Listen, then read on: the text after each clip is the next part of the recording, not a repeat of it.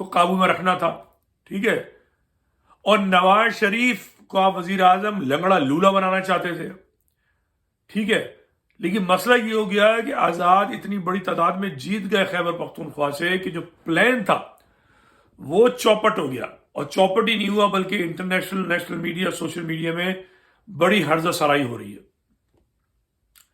اس وقت ضرورت ہے ریکنسیلیشن کی، نیگوسیشن کی نہیں، ریکنسیلیشن کی، دوبارہ سے فکر کرنے کی، سوچنے کی ضرورت ہے۔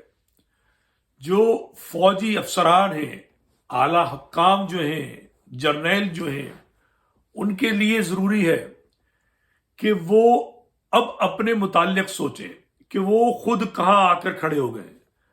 اتنے باعزت اور باوقار مقام پر ہوتے ہوئے جب سڑکوں پہ، سوشل میڈیا پہ آپ پر تانے کسے جائیں، آپ پر جملے کسے جائیں، تو شرم تو آنی چاہیے، فکر تو کرنی چاہیے۔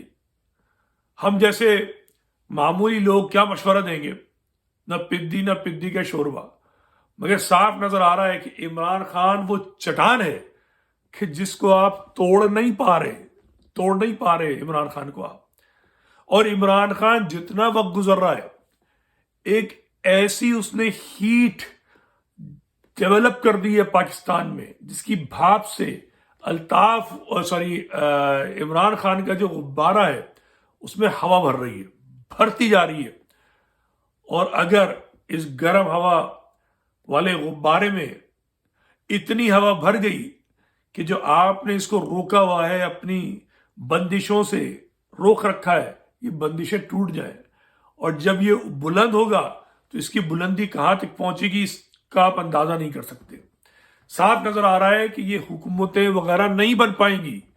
نعیم الرحمان صاحب کا جو انکار ہے اپنی سیٹ لینے سے، وہ بتا رہا ہے، پیر پگارا کا جو شکوہ ہے وہ بتا رہا ہے، سراج الحق صاحب نے جو استعفیٰ دے دیا ہے وہ بتا رہا ہے، روزانہ کے مظاہرے بتا رہے ہیں کہ قوم اب تیار نہیں ہے اس جال سازی کے لیے، دھوکہ دہی کے لیے۔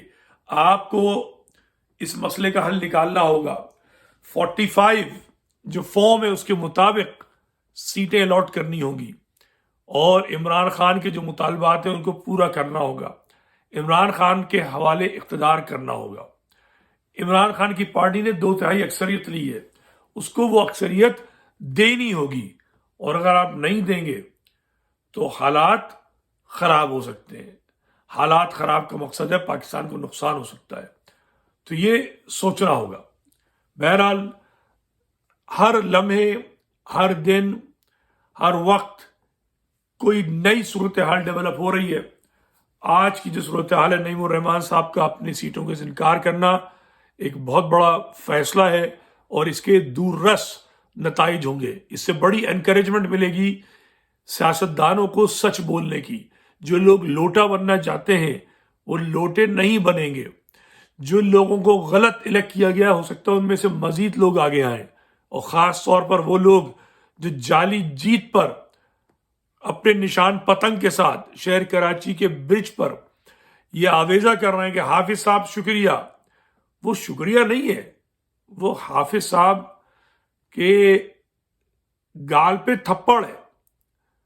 یہ غلط ہے شکریہ ادا کرنا، چونکہ شکریہ تو عوام کو ہونا چاہیے کہ ووٹ دیے، اس کا مطلب ہے آپ کو پتہ ہے کہ عوام نے ووٹ نہیں دیے، آپ جرنیل کا شکریہ ادا کر رہے ہیں، تو سوچنے والی بات ہے۔ جرنیلوں کی عزت لازمی ہے، جرنیلوں کا وقار لازمی ہے۔ پاکستانی فوج جو ہے، اس سے پاکستان کی بقا کی ضمانت ہے۔ جو بیرونی عناصر جو ہیں، جو پاکستان کے در پہ ہیں، پاکستانی سالمیت کو خطرہ پہنچانا چاہتے ہیں، اس سے ٹکرانے کی صلاحیت صرف پاک فوج رکھ سکتی ہے، اور پاک فوج کے جرنیلوں کا اپنی فوج پر اختیار بہت ضروری ہے۔ مگر یہ جو کچھ واقعات ہو رہے ہیں، اس سے معاملات خطرناک ہو سکتے ہیں۔ تو جرنیلوں کو اپنے فیصلے بدلنے ہوں گے، اور احساس کرنا ہوگا کہ ملک جو ہے، اس کی سالمیت جو ہے، وہ اختیار جو ہے وہ عوام کے منتخب نمائندوں کو دینا ہے، نہ کہ منتخب نمائندوں کو سائیڈ لائن کر کے یہ جو کٹ پتلی ہیں ان کو سامنے پیش کرنا۔ یہ کٹ پتلیاں نہ فوج کا کوئی کام کر پائیں گی نہ عوام کا کر پائیں گی. عوام اور فوج میں یہ کٹپتلیاں دوریاں پیدا کریں گی.